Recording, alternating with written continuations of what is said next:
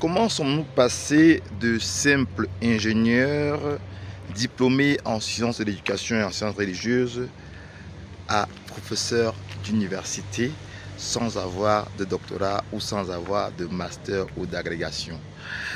Comment la liaison s'est faite, comment la transition s'est faite entre un ingénieur en réseau télécommunications, diplômé en sciences pédagogiques et religieuses, et puis passer de l'autre côté pour devenir enseignant ou formateur dans les grandes écoles ou dans les universités sans avoir de doctorat et encore moins une agrégation ou un master.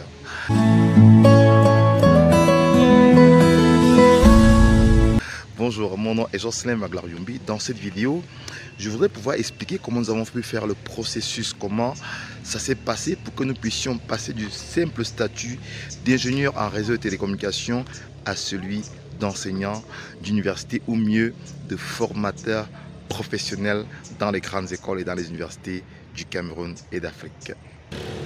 Il faut reconnaître qu'à la base, il y a une certaine passion qui ne dit pas son nom, qui a commencé très tôt. On n'avait même pas encore 10 ans qu'on rêvait déjà de devenir ingénieur en télécommunications. Et ça, ce n'est pas donné parce que dans la tendre enfance, il y a des oncles, des aînés qui ont en quelque sorte inspiré l'orientation vers la formation d'ingénieurs. Et ces aînés, c'était pratiquement des cracks. Je profite ici pour dire un salut bien particulier à tonton Guy Wafo, qui, ma foi, a une formation assez particulière de par sa perspicacité technique. Et puis, nous avons essayé de copier et de voir c'est quoi les traces d'un ingénieur. Et on ne s'est pas arrêté là. On a pensé immédiatement qu'on pouvait faire autrement en suivant le chemin de la formation. Voilà comment nous sommes retrouvés, un peu par passion peut-être, mais surtout par envie de transmettre ce qu'on fait et de transmettre ce qu'on est. Ingénieur, oui, mais aussi formateur des plus jeunes. Alors, il faut dire qu'à la base, il y a une grosse passion qui soutient, qui sous-tend le développement de nos activités et que très rapidement, on se fait remarquer par le déploiement d'une certaine aptitude, d'une certaine compétence. Ce qui fait qu'on n'a pas eu trop d'efforts à faire pour pouvoir postuler à enseigner ou à être formateur. C'est ainsi que très tôt, la professionnalisation se démarque de notre attitude, de notre façon de faire, de notre savoir-faire, de notre savoir-être, qui est très rapidement remarqué par certains chefs de département. Et je vais citer ici entre autres professeur Capché François, chef de département génie des réseaux et télécommunications de l'UIT Fosso Victor de Banjul de l'université de Tchang, qui très rapidement, pour question de professionnalisation des étudiants, nous fait appel afin qu'on puisse tenir un cours de télécommunication réseau pratique. Et là, la mayonnaise est partie. L'École nationale supérieure polytechnique, par le canal du professeur Emmanuel Tornier, à qui je dis un grand bonjour, nous fait appel simplement parce qu'il voit comment, sur Internet, comment à travers nos articles, on fait la promotion de la professionnalisation des étudiants dans le domaine des réseaux et télécommunications. Alors, il nous fait appel pour pouvoir tenir les programmes de master, de Massico, de l'AUF, entendu, Agence universelle de la francophonie délocalisée à l'École nationale polytechnique de Yaoundé, c'est au Cameroun encore. Et là, nous réussissons avec brio ce coup d'essai en 2014-2015 qui devient finalement un coup de maître. Et c'est comme ça que nous faisons notre entrée dans la professionnalisation des enseignements dans les grandes écoles et dans les universités du Cameroun et puis d'Afrique. Et on serait en droit de se demander tout ce qui se passe comment. Quel est le processus qui a conduit à ce que le professeur Capché François de l'UIT Fosso Victor de Banjul et professeur Tornier puissent remarquer notre façon de transmettre les savoirs, les savoir-faire, les savoir-être et puis de transmettre notre savoir-devenir aux jeunes. Simplement parce que nous produisons des contenus numériques et que nous mettons en ligne au travers de notre blog. C'est même parce que nous étions blogueurs et youtubeurs.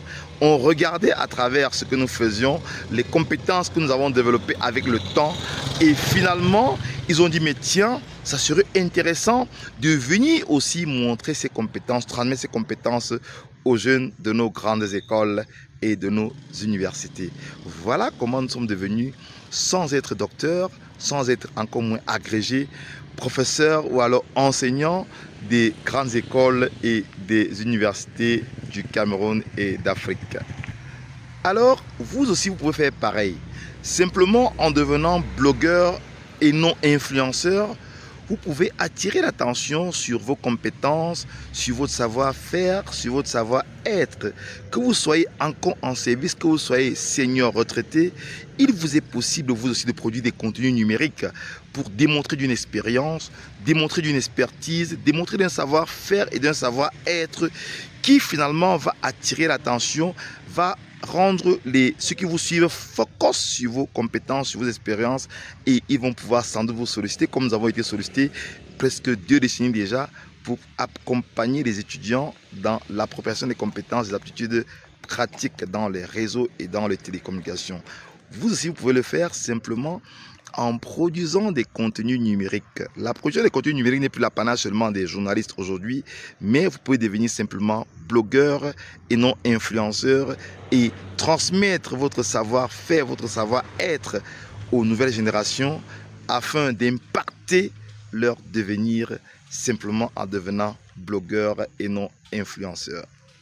Alors, si vous doutez du fait que ce soit possible, vous allez télécharger gratuitement le guide des 5 raisons pour lesquelles vous aussi vous devez être blogueur. Vous devez créer un blog ce soir avant minuit. C'est pas sorcier. Le guide vous guide pas à pas pour vous dire des 5 raisons pour lesquelles vous devez être blogueur. Vous devez créer un blog ce soir avant minuit. Et si l'aventure vous tente, vous pouvez aussi télécharger le guide du pourquoi devenir blogueur et non influenceur simplement au bas de cette vidéo dans la description. C'est à vous de voir selon que vous téléchargez le guide des 5 raisons pour lesquelles vous devez créer un blog ce soir avant minuit.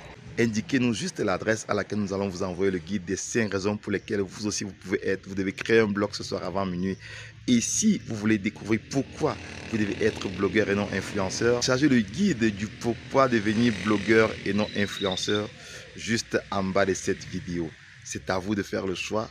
Vous pouvez aussi passer de simple ingénieur, simple praticien, simple personne expérimentée à accompagnateur des étudiants dans les universités, dans quelques écoles que ce soit.